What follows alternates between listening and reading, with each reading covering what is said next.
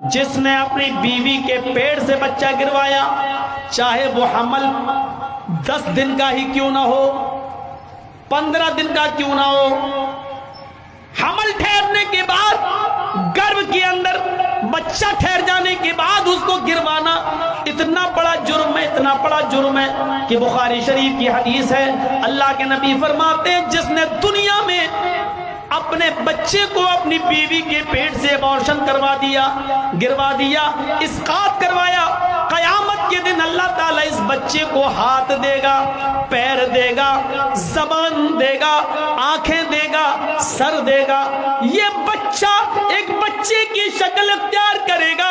بخاری کی روایت ہے جاء یوم القیامہ ومعلق بین ثدیہا، قیامت کے دن وہ بچہ اس حال میں آئے گا کہ وہ اپنے ماں کی دونوں پستان سے لٹکا ہوا ہوگا، اپنے ماں کے دونوں سینوں سے لٹکا ہوا ہوگا، اپنے ماں کا دودھ چوس رہا ہوگا، اپنے ماں کے پستان سے لٹکا ہوگا۔ اللہ کہے گا اے بچے تجھے بھی کچھ کہنا ہے، اللہ اس بچے کو زبان دے گا، یقول وہ بچہ اپنے ماں کی پستان چھوڑے گا، پھر اوپر دیکھے گا، کہے گا یقول یا ربی ہذہ امی قتلتنی، اللہ یہ میری ماں ہے جس کے پستان سے میں لٹکا ہوں، اللہ یہ میری ماں ہے جس کا میں دودھ پی رہا ہوں، اللہ یہ میری ماں ہے جس کے سینے سے آج میں لگا ہوں، اللہ یہ میری ماں ہے جس نے دنیا میں مجھے مار ڈالا تھا، اللہ یہ میری ماں ہے جس نے دنیا میں مجھے قتل کر دیا تھا، اللہ یہ میری ماں ہے جس نے دنیا میں مجھے جینے نہیں دیا، مجھے دنیا میں آنے نہیں دیا، اللہ یہ میری ماں ہے جس نے دنیا میں مجھے بھلا دیا تھا، میرا قتل کر دیا تھا، میرا مرڈر کر دیا تھا، اللہ یہ دنیا میں میری نہ ہوئی، آج آخرت میں تو اس کا مت بن، آج آخرت میں تو اس کا مت ہو، اے اللہ تو میری ماں کو جہنم میں ڈال دے، اللہ میری ماں کو جہنم میں پھینک دے، میری ماں سے مجھے کوئی ہمدردی نہیں ہے، یہ دنیا میں میری نہ ہوئی، آج تو اس کا نہ ہو۔ قیامت کے دن یہ بچہ اپنی ماں کو جہنم میں لے جائے گا، اللہ رب العالمین اس بچے کو تو نہیں لیکن اس کی ماں کو اپنے بچے اس بچے کے کہنے پر جہنم میں ڈال دے گا۔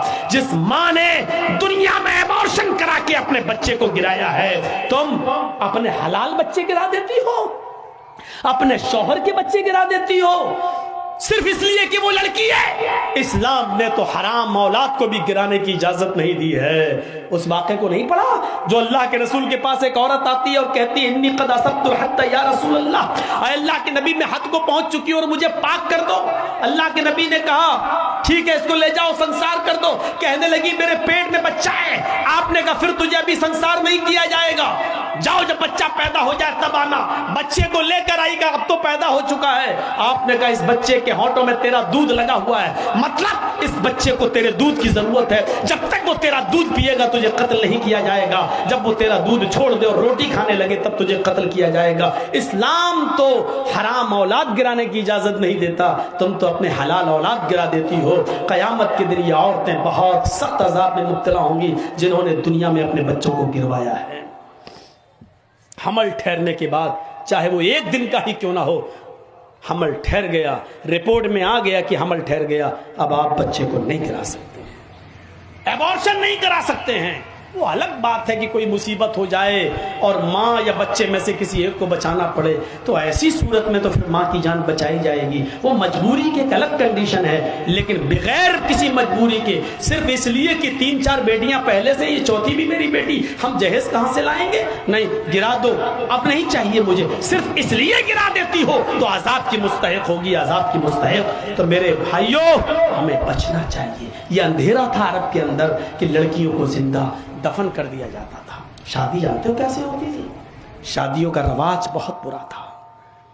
ایک لڑکا کسی لڑکی سے شادی کر کے لاتا تھا، پڑھیے بخاری کتاب النکاح، زمانے جاہلیت کی نکاح پر نظر ڈالیے۔ ایک لڑکا کسی لڑکی کو نکاح کر کے لاتا تھا لیکن اس کے ساتھ رات سوتا نہیں تھا، جس کو ہماری زبان میں بولا جاتا ہے شب زفاف نہیں مناتا تھا، اور جس کو ہماری عام بھاشا میں بولا جاتا ہے سہاگ رات، وہ لڑکا اپنی بیوی کے ساتھ نہیں مناتا تھا۔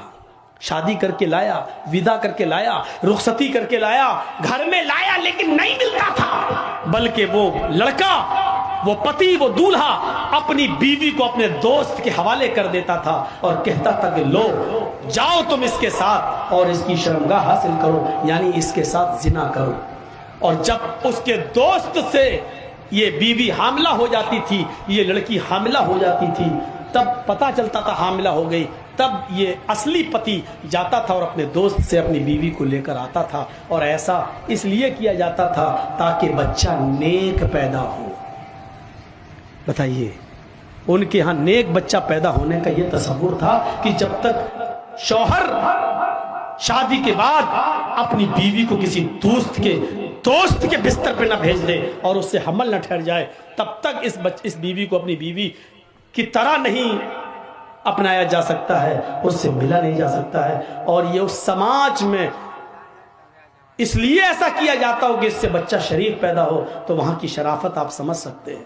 جیسے ہمارے ملک میں ایک دھرم ایسا بھی ہے جس کے بڑے بڑے گرو ننگے رہتے ہیں, مارکیٹ میں ننگے گھومتے ہیں اور عورتیں ان کے پیچھے پیچھے گھومتی ہیں. اور ایک جگہ جب وہ بابا بیٹھ جاتا ہے تو اس کے اوپر سر پہ دودھ ڈالتی ہیں.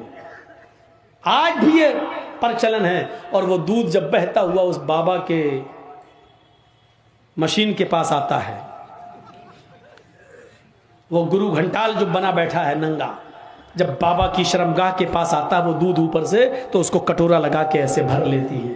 اور وہ دودھ گربھوتی عورتوں کو پلایا جاتا ہے, حاملہ عورتوں کو پلایا جاتا ہے. کیوں؟ تاکہ بچہ نیک پیدا ہو.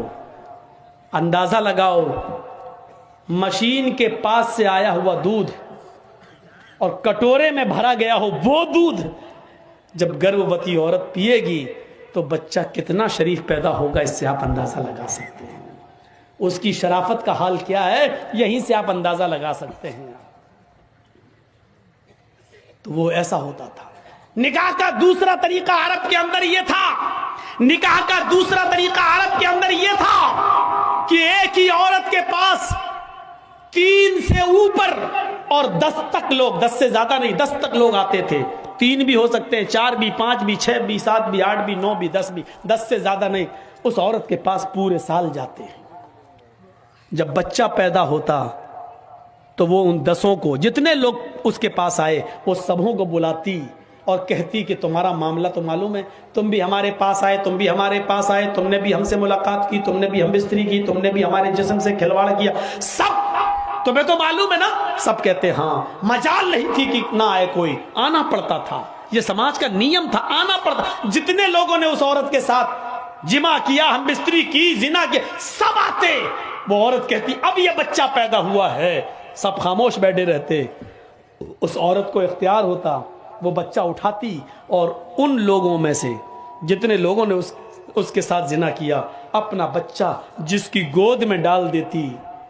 یہ اس کی بیوی مان لی جاتی, وہ اس کا پتی مان لیا جاتا, اور اس کا بچہ وہی مان لیا جاتا جس کی گود میں ڈال دیا, یہ اسی کا بچہ ہے. یہ شادی کا دوسرا طریقہ تھا عرب کے اندر.